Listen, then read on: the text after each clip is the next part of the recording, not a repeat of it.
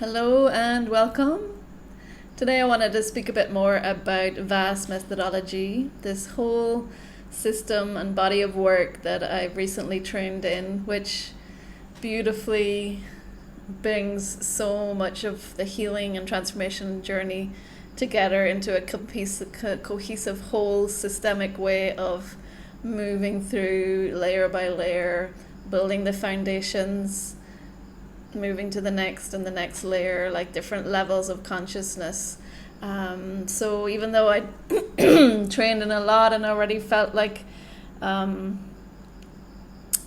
was ensuring to address all levels of being, for me, the most deepest transformation can happen when we're dealing with all levels of being, when we're dealing with our body, the innate intelligence of our body, with our emotional body, mental body, and also soul and spirit. So that for me was what I was looking for, and what in terms of what I felt best to serve people on their healing and journey of transformation. So when I saw this system developed by Waymire, it was just so aligned with what I was doing, and I just saw so much wisdom and amazing tools, and this whole system just is one cohesive whole. It basically covers everything on our journey, from complex trauma through emotional regulation, through soul integration, through energetics, collective, ancestral, the whole way, all the different ways that we can heal and become more whole and integrated are within this beautiful system. So what is it? VAST methodology. It stands for Visual and Somatic Therapies. So it's all very somatic throughout the whole program, and it deals with different layers of being. But it starts from creating a firm, solid foundation in the body and the nervous system. So in the beginning, we do somatic reclamation. So this is for all different therapies and healing modalities. This is a key piece to reclaim our body, reclaim our natural innate healing mechanisms in our body and reflexes, balance our nervous system. So on that, when you have that kind of starting to be regulated and become more whole in our bodies and nervous systems, then we can build on doing the mental and emotional work, the soul work, and the work of energetics and spirit. So somatic reclamation is what we offer clients in the beginning, and as a foundation, as I said, to all the pieces. And that is discharging old emotions, old traumas, helping the reflex of the body to open up more, and that could be coughing, yawning, sneezing, shaking. So we just really encourage getting these reflexes back online. So many of them, so many have been dampened down just by the way we live and the way we've been conditioned to be in society. So we help the client discharge these old traumas, emotions, by holding the reality that we all are loving beings. We all are intelligent, capable, and if we had all the right resources and the ideal conditions in life, all of this would be there. So it's whatever's in the way of that we start to discharge, and we can come back to that. All the parts that were in pain and trauma, that were hurting, we start to allow that to discharge and unravel, deactivate in the body. So this brings us back more into our core. It helps balance our nervous system, and we're ready to continue with the work. So that alone is going to get you a long way on your healing and transformational journey, if we can really discharge from the body. And then the next phase we would move into, and often they're interwoven, but just to lay it out step by step, the next phase would be somatic mapping. So mapping of the psyche. We start to, instead of just everything as one big pile that we're in of like emotions, strategies, behavior patterns, mental thoughts, belief systems, we start to give a bit of space to each of those parts of us, so aspects of us. So then we would separate out physically in the room from core wound, or the wounded aspects, the hurt aspects, and then we would also recognize that based on any hurts or wounds that we've had, we've often developed strategies, coping mechanisms, protection mechanisms, self-judging mechanisms, all sorts of different aspects within our psyche to deal with the hurt parts of ourselves and to cope with life, to cope with whatever situations that we needed to cope with. We often develop these ways of behaving, which really good at the time, but then when it comes to really deep transformation, the ones that are not serving us, we want to start to shift into more healthier ways of being and operating. So we start to separate out and map the parts of these parts, and we make that movement more and more to core. So we physically do that in the space.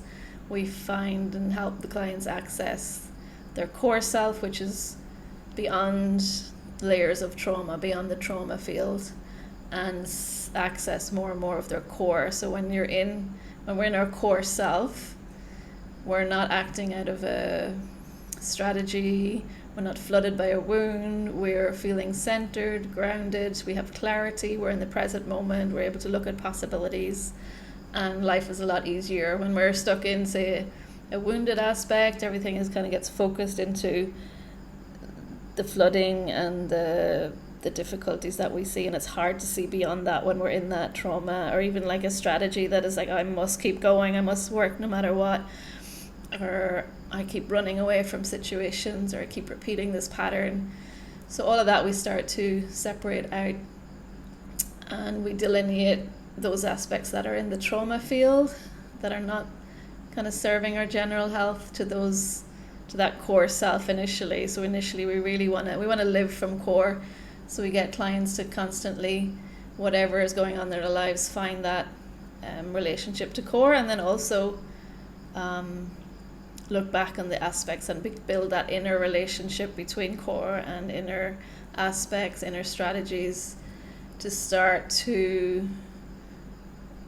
What happens then is, once you build this relationship with core, and we also establish objective witness, which is a neutral observer of all this, and just looking at these aspects and wounds from this objective witness also gives us new perspective and insights. So insights start happening, there's a movement towards more wholeness. Those parts that are really deep in trauma or hurt can start to come out, be seen, be recognized. So there's a lot of inner child healing, there's a lot of honoring of old coping mechanisms and updating them to more healthier ways of being. Nothing's forced, but through this inner dialogue and this movement, we build agency to strengthen in the psyche each step of the way. So it's a repatterning of the psyche, essentially, sorting out the emotional body, and with that, belief systems naturally shift. And in each aspect, it's almost like you feel a whole different nervous system. So yeah, it's beautiful work. Then just to have an interlude here to honor the person that's created this. It's created by Emily Waymire, who's an incredible international teacher and facilitator for many years.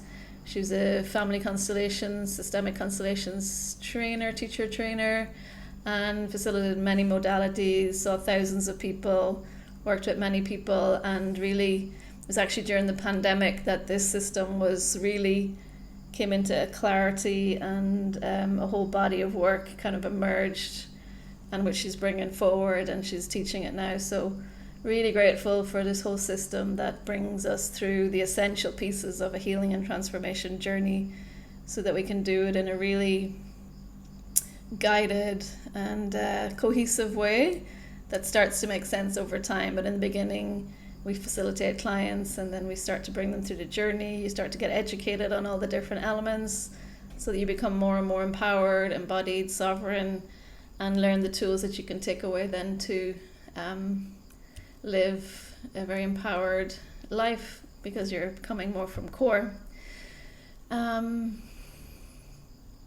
The next level after somatic mapping, then what Emily developed was trauma to essence, and it's a trauma to essence map. So it's expanding on what I just talked about, the parts, the elements, the trauma field, moving out of the trauma field into the generative field.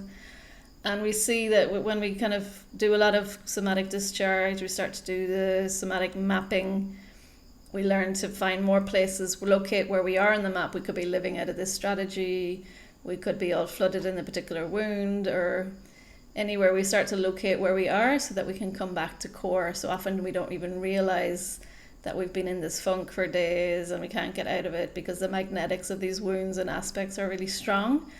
So then once we have initially support in the beginning, we were able to come out of that into core self and build that healthy relationship with this internal aspects.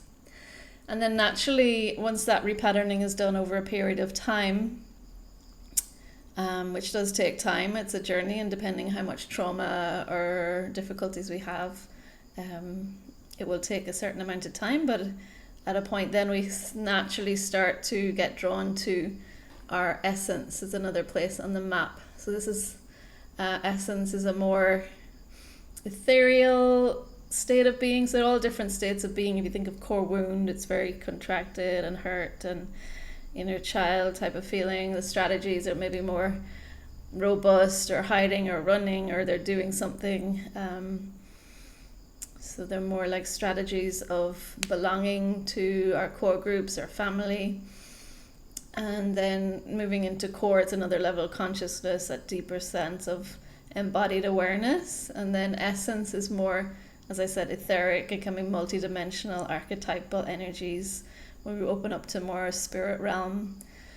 And that can inform us. And when we see other parts from our essence, there's just a more loving energy that can come in through the whole psyche and map, and we realize we really are held and supported and have access to infinite love and holding space. So yeah, trauma to essence.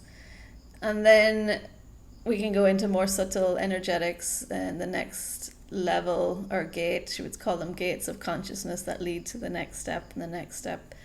And naturally, if you want to continue on the journey, we can start to access what truth feels like, what that zero kind of emptiness, empty center feels like. And we start to tap into passion and purpose and get clarity to bring that forward into the world. So yeah, it's just been beautiful to train in this, to have my own journey through it. It's really complemented other work that I've done, but it's just really brought things together.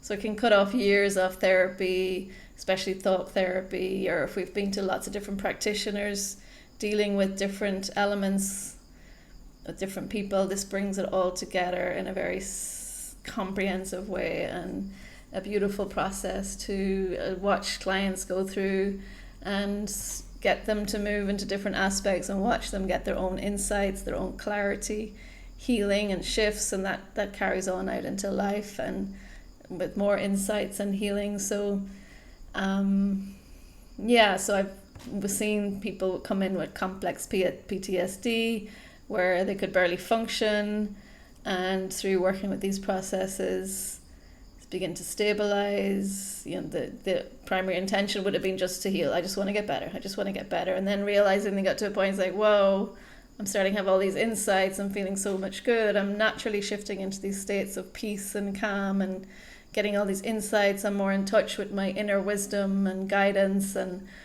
I'm realizing I'm quite for example, start to see energies, become more intuitive, become just sharper in those sensitivities. So it's a really beautiful journey to be supported on.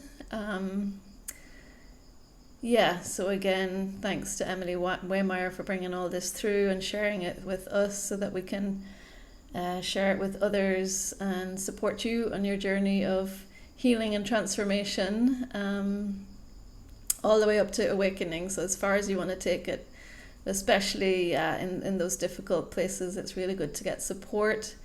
And even I hope some key elements in here today help you realize what some of the pathways can be on this journey of healing and transformation. If you feel to reach out and ask any questions, like me to elaborate on any more, speak on any other topics, please reach out. I look forward to hearing from you again. All the best on your day.